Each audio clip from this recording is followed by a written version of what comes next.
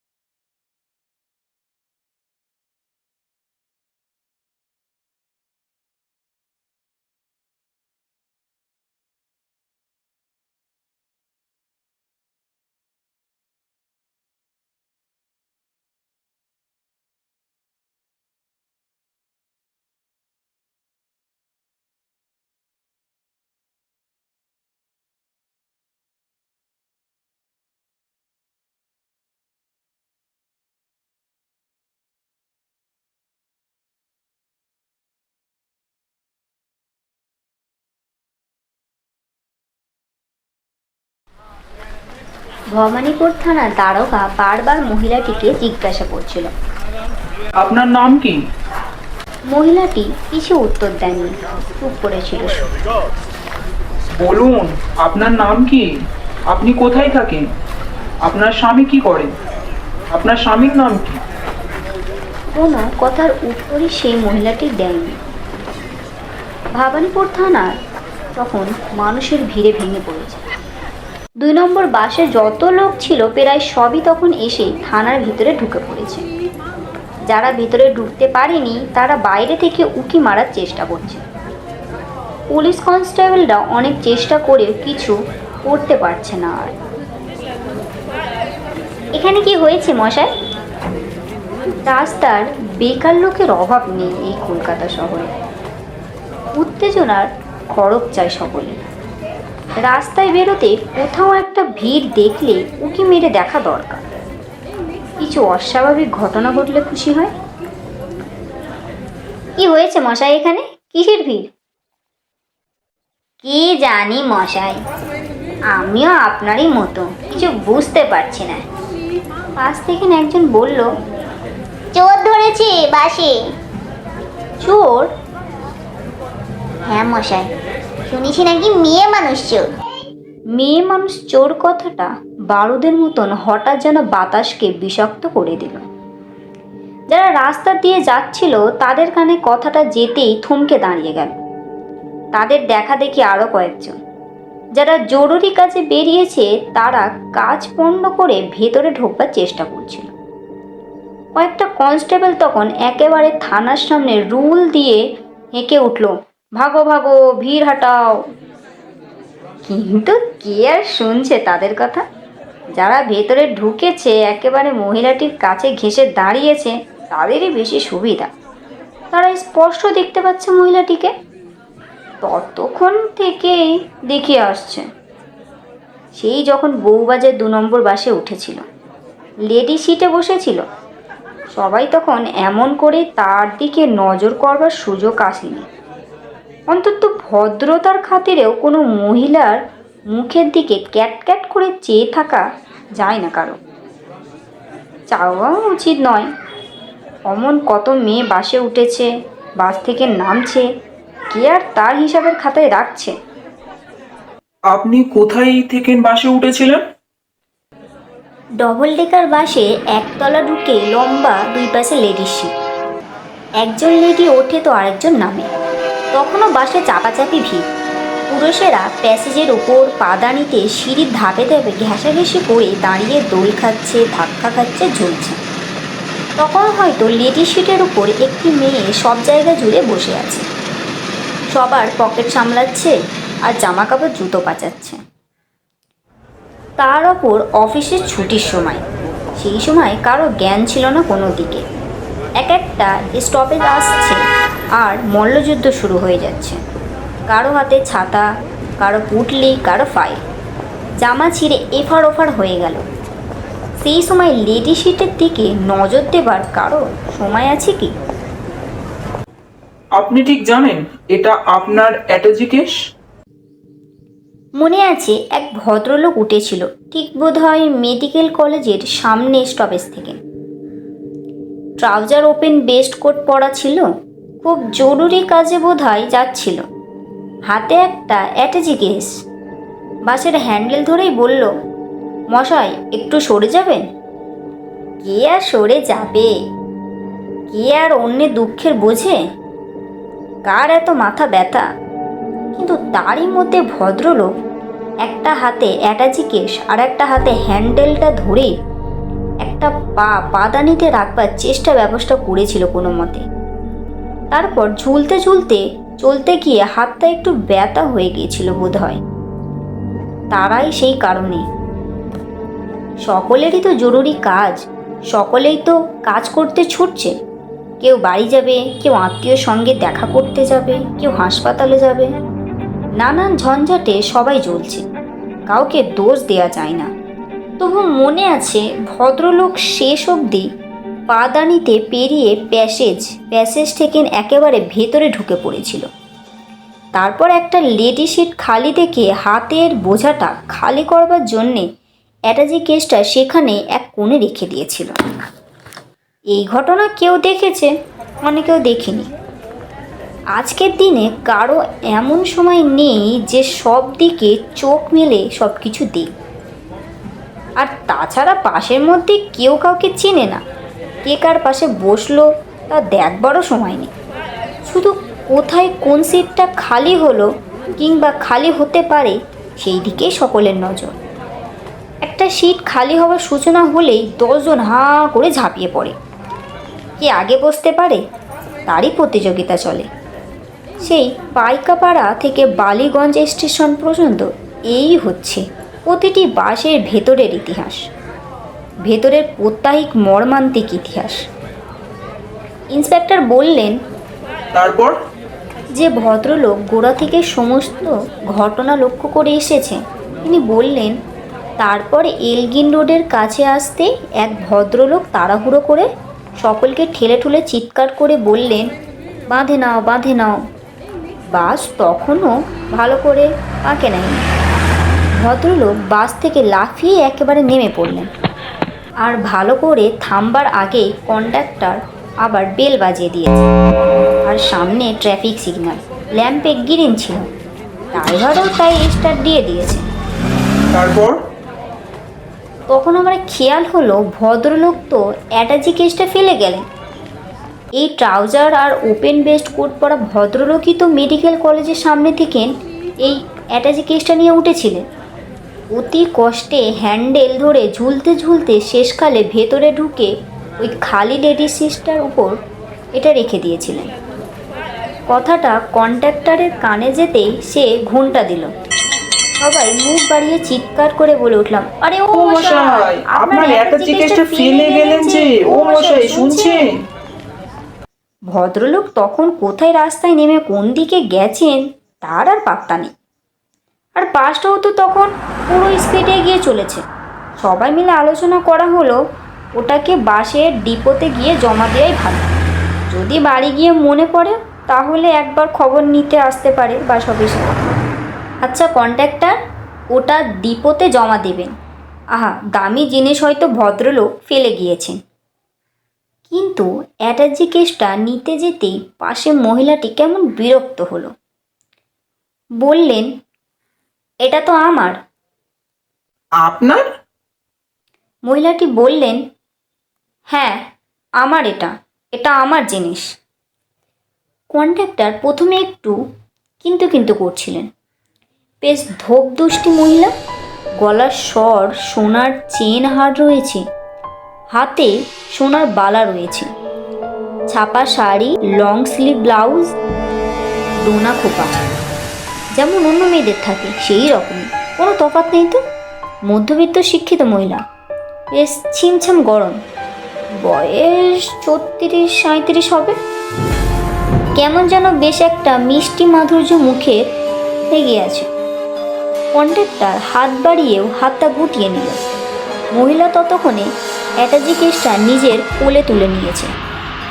কিন্তু বাসের মধ্যে দুইজন জাদলে প্যাসেঞ্জার থাকে, তারা সহজে ছাড়বার পাত্র নয় বা পাত্রী নয়। তারা সবসময় দুর্লভের পক্ষে, তারা ভয় যাত্রা, পতিত পাগল। আপনার কি রকম? ওটা তো ভদ্রলোক ফেলে গেলেন, আমি তো নিজের চোখে দেখেছি। বাসরুদ্ধ লোক এতক্ষণে সচেতন হয়ে উঠেছে। সবাই চেয়ে দেখল মহিলাটির দিকে। সকলের দর্শনীয় বস্তু এখন মহিলাটি হয়ে উঠেছে। আপনি দেখেছেন? হ্যাঁ মশাই, আমি নিজের চোখেই দেখেছি। মেডিকেল কলেজের সামনে তো ভদ্রলোক উঠলেন হাতে ওই অ্যাটাজি কেসটা নিয়ে। শেষকালে কোথাও রাখবার জায়গা না পেয়ে ওই খালি সিটটাই তো রেখে দিলেন। আরেকজন পাশ থেকে বললেন, না না, আমিও দেখেছি ভদ্রলোকের হাতে এই অ্যাটাজি কেসটা ছিল। আহারে, এতক্ষণে বোধহয় সেই ভদ্রলোকটা বাড়ি গিয়ে মাথায় হাত দিয়ে বসে পড়েছেন। মশাই, হ্যাঁ, বাসে এরকম কত লোক কত কি যে ফেলে যান। উপদেশ দেবার লোকের অভাব হয় না। কন্ডাক্টর একজনকে বললেন, আপনি কারো কথা শুনবেন না মশাই, আপনি ডিপোতে গিয়ে জমা দেবেন। কন্ডাক্টর মহিলার দিকে আবার হাত বাড়িয়ে দিল। দিন, অ্যাটাজি কেসটা দিন। এটা আমার। আমার মানে? আমার মানে আমার। এতক্ষণ যারা কোনো কিছুতে মাথা ঘামায় না, সেই শান্ত শিষ্ট ভদ্রলোক দল মুখ ঘোরালো এবার। আপনার জিনিস বললেই হলো। আমরা দেখলাম অন্য এক ভদ্রলোক অ্যাটাজি কেসটা নিয়ে ওইখানে রেখে দিলেন, আর আপনি বলছেন আপনারা বলবেন আর আমরা কি ছেড়ে দেবো নাকি? বেশ গরম হয়ে উঠল ভেতরে। ড্রাইভার তখন ফুল ফোর্সে গাড়ি চালিয়েছে। কন্ডাক্টর টিকিট তোলা ঘুচে গেল। আপনি জিনিসটা দেবেন কিনা বলুন শুধু। মহিলাটি গম্ভীর গলায় বললেন, আপনার সঙ্গে আমি কোনো কথা বলতে চাই না। কথা বলতে চাই না মানে আপনার সাথে? জিনিসটা চুপ করে দিয়ে দিন, আমারও আপনার সাথে কথা বলার কোনো ইচ্ছা নেই। অন্য লেডি সিটে যেসব মহিলারা বসেছিলেন তাদের মধ্যেও ব্যাপারটা সংক্রান্তি হয়ে গেছে একেবারে। একজন বুড়ি মতন মহিলা বললেন, কেন বাবা তোমরা অমন করে বলছো? কেউ কি কারো জিনিস এমন করে নিতে পারে? নিতে পারে কি না সে আমি জানি না। যা জানেন না তা নিয়ে আপনি কথা বলতে আসবেন না। আরেকজন মাঝবয়সী মহিলা ওপাশে বসেছিলেন। তিনি আবার বললেন, এই আপনারা কেন কি অমন করছেন বলুন তো? মেয়েদের সম্মান রেখে কথা বলতে পারেন না? আপনি এর মধ্যে কথা বলতে আসবেন না মা, আপনার যথেষ্ট সম্মান রেখে কথা বলছি। অ্যাটাজি কেসটা হাতে নিয়ে ভদ্রমহিলা এবার উঠলেন। স্টপ এসে গিয়েছে একটা, একেবারে নেমে চলার চেষ্টা। কন্ডাক্টর, ওকে যেতে দেবেন না, ওকে। কোথায় যাচ্ছেন আপনি? মহিলাটি বললেন, আমি নামবো এখানে, সরুন। নেমে যাবে মানে? অ্যাটাজি কেসটা দিয়ে যান। ভদ্রমহিলা তবু নাম্বার উদ্যোগ করছেন। কয়েকজন সামনে গিয়ে পথ আটকে দাঁড়ালো। বললেন, জিনিসটি চুরি করে নেমে যেতে পারবেন না। ভদ্রমহিলা বললেন, জানেন আপনাদের পুলিশ ডেকে আমি অ্যারেস্ট করাতে পারি। ওপাশ থেকে এক ভদ্রলোক বললেন, আহা, আপনারা যেতে দিন না ওকে, কেন রাস্তা আটকাচ্ছেন? সে কথায় কান কেউ দিলই না। বলল, পুলিশের ভয় দেখাবেন না, তাতে আপনি বিপদে পড়বেন। একজন বলল, চলুন ওকে নিয়ে থানায় চলুন, সব হিল্লি হয়ে যাবে। কথাটা তুলতেই হৈ হৈ করে উঠল সবাই। বাস ছেড়ে দিয়েছিল। ততক্ষণে আর দাঁড়িয়ে থাকবেন? সবাই নামলো, ভদ্রবইনও নামলো। বাস শুদ্ধ লোকই নামলো, কিছু বাইরের লোকও জুটল। সামনে ভবানীপুর থানা। ভবানীপুর থানায় নিয়ে চলুন মশাই, মুখোমুখি ফাইসালা হয়ে যাক। তারপর ইন্সপেক্টর এতক্ষণ কোনো কথারই সঠিক উত্তর বা জবাব পাননি। আবার বললেন, এরা সবাই দেখেছেন এক ভদ্রলোক অ্যাটাচি কেস নিয়ে মেডিকেল কলেজের সামনে থেকে উঠেছেন, আর আপনি বলছেন এটা আপনার? চারিদিকের ভিড়ের মধ্যে তুমুল হইচই চলছে। কনস্টেবল কয়েকজন ভিড় সরিয়ে ঘর খালি করার চেষ্টা করল, কিন্তু কে বাইরে যাবে? এমন মুখরোচক দৃশ্য দেখতে পাওয়া কম সৌভাগ্যের কথা নাকি? তারা রুল উঠিয়ে চাগিয়ে এলো, হাঁটো বাহার যাও এসবই বলছিল। কথার জবাব দিন, চুপ করে আছেন কেন? ভদ্রমহিলা বললেন, আপনি বিশ্বাস করুন, এই অ্যাটাচি কেসটা আমার। আপনি কোথায় থেকে উঠেছিলেন? বউবাজার থেকে। যে ভদ্রলোকের হাতে অ্যাটাচি কেসটা নিয়ে উঠেছিলেন, তিনি কি আপনার কাছে রাখতে দিয়ে এসেছিল নাকি এটা?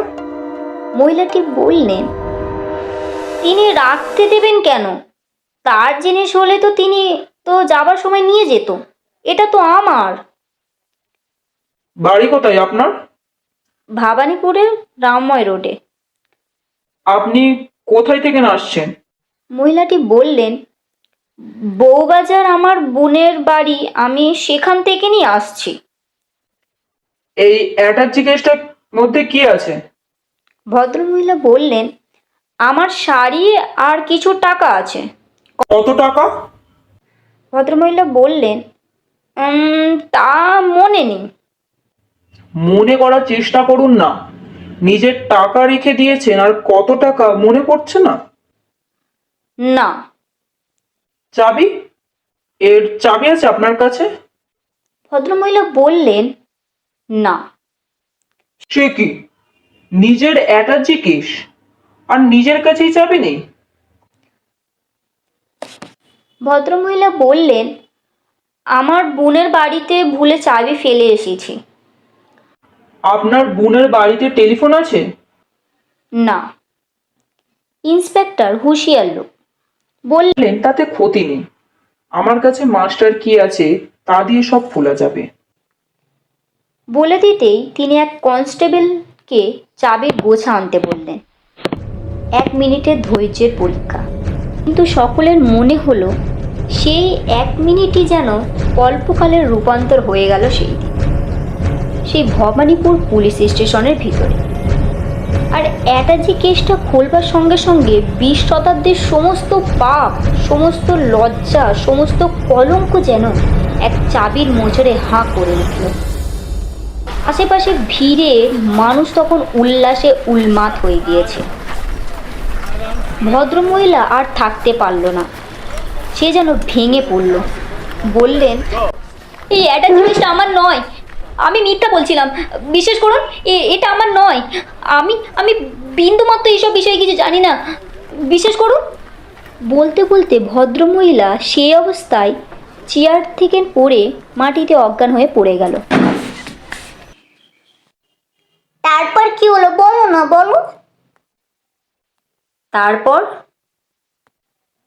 যা শুনেছিলেন এতক্ষণে তারা অধৈর্য হয়ে উঠল। বললে, ওই সব কথা থাক, তারপর কি হলো বলুন। অ্যাটাচি কেসের ভিতরে কি ছিল সে কোথায় তো বলছি, যুগ যুগ ধরে